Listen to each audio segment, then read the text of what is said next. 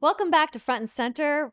We are the show where the change agents, the storytellers, and the activators from behind the scenes make impact with us. Now take their seat front and center. Joining us is my good friend Darren Campo. He's a professor at New York University Stern School and the author of several sci-fi books. And I've had the privilege of being the co-author of an upcoming book called Artificially Intelligence. Please welcome my dear friend Darren. So let's talk about our upcoming book, Yes, Artificially let's. Intelligent. What a story are we telling to everybody in this book that about technology and that they're having in their hand? When you say AI, you think, oh my God, that's just a black screen with tons and billions of lines of code. I can't understand that. That's not for me. So what we wanted to do is write a book about how do we coexist with technology. And when we were doing the research on this, it really blew my mind because we go back 2000 years and find out that Plato said in his dialogue with Socrates, he said, this written word thing is really not going to be good for humans because people are going to think they know things because they read it, but True. not because they experienced it. So it's not real knowledge. And they're going to be know-it-alls that are really obnoxious to be around. So Plato said that 2000 years ago. It didn't just happen with 24-hour news networks. One of the things you talk about in the book, which I really like, which was we explain natural Right. technology and computer technology. Like, what are and I also see them as timelines sometimes. Like, are we on an organic timeline or are we on a technology timeline? AI timeline. Exactly. So this is the big question that everyone asks.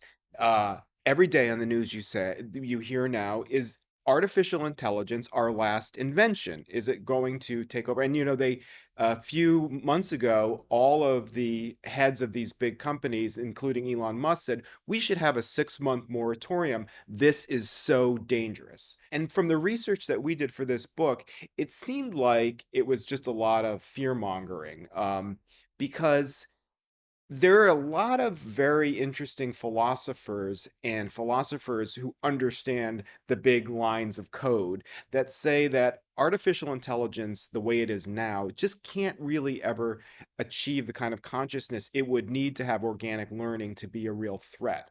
Now, there could be accidental things that happen, but we've dealt with those, and we go through in the book all of the different technologies that have come across over the last century and how we've dealt with them. And so the reason that we're asking these questions about the dangers of artificial intelligence now is because we have a lot of experience. So there's a lot of reason in the research and in the history that we can be a little more optimistic than the news is on all of these things. When you were last on Front and Center, it was 2019, Yeah. way before the panic. Well, that was a Yeah, panic right. too, the Both. pandemic.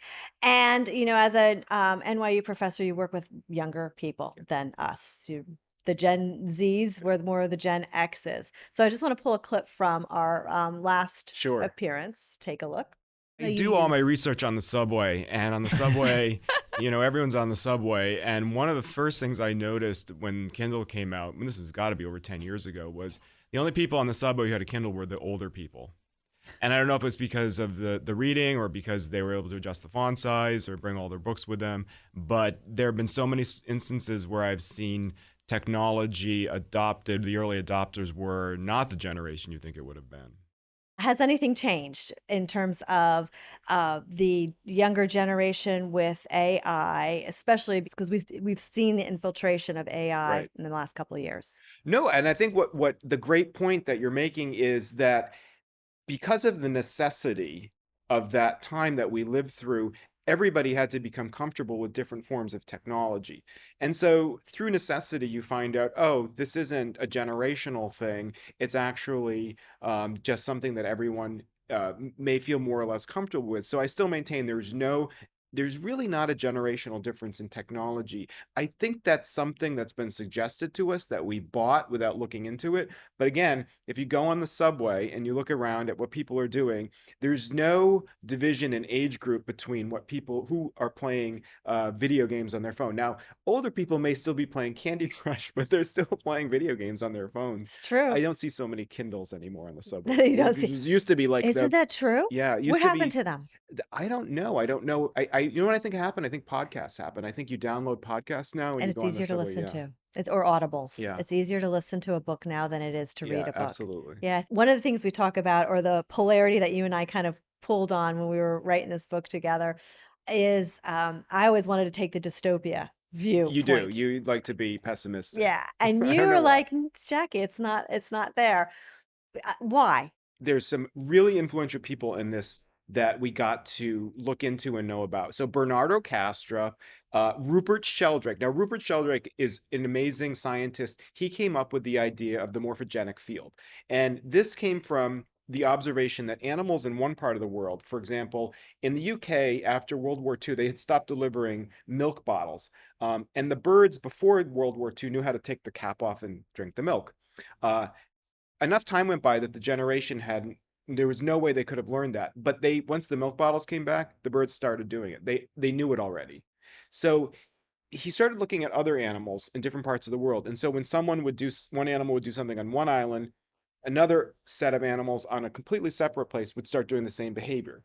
And then he started noticing this with humans. Once the 5-minute mile was run, a lot of people were able to do that. So it seems that once something is achieved, Very then it becomes part zeitgeist. of, you could call it zeitgeist, but he calls it a morphogenic field. Field. And he has this great book called Seven Experiments. One of them is, does your dog know when you're coming home? Because I think everybody who has a dog understands. And the way they do the experiment is not based on anything that's rational, like the sound. It could know the sound of your car, could know your schedule. He's talking about dogs where someone's gone for 3 months, doesn't call and let them know you're coming home. So this morphogenic field is part of natural intelligence. It's a huge part of human natural intelligence. Living things natural intelligence. It is not inherent in a silicon-based intelligence or in a digital intelligence. And therefore, what we have with artificial intelligence now is based on ones and zeros. It's based on transistors, if the electricity can go or not go.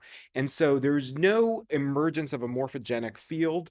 And that's the greatest part of human, animal, and natural intelligence. And what we discovered writing this book, Artificially Intelligent, is that you really need a biological based computer or a quantum computer that has all of the things that were part of natural intelligence to get something that could really be not just a threat, but also a companion and another actual another species. You're in a building, the Order of the Pythias, which is a famous building Hmm. in New York that most people don't The know Pythian about. Temple. The Pythian Temple. Yeah, the Pythian Temple. It's on West 70th Street.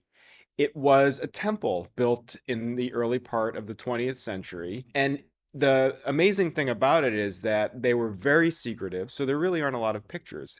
We did uncover a few, but it's designed by Thomas Lamb, who was the same person that designed the Chinese Theater in Hollywood. So when you look at the outside of the building, you see these big pharaohs sitting outside, and you see a lot of Egyptian adoration on the building, which Sure. all has some sort of Masonic meaning, because the Pythians were a branch of the Masons. So Right. but also, so something about the building sparks a lot of creativity, because this used to be a recording studio. It was Decca Records before it was a condominium. A lot of famous songs were made here. And then we had a lot of musical residents, including Lady Gaga grew up in the Which building. that is Um, amazing. so we're waiting for it to rub off on me. And if you stay here long enough, Exactly. Exactly. we may have some extra talents coming out. Well, I really appreciate you joining us today on Front and Center and really love the fact that I had the opportunity to co-author this book with you. Artificially Intelligent, TV Guestbook Publishing, written by Darren Campo and co-authored by me, Jacquie Jordan. You can find out more information on Amazon or any place that you find your favorite book, because we love supporting bookstores. And if you would like some more information about Front and Center, you can subscribe to us on YouTube or any place that you listen to your favorite podcast.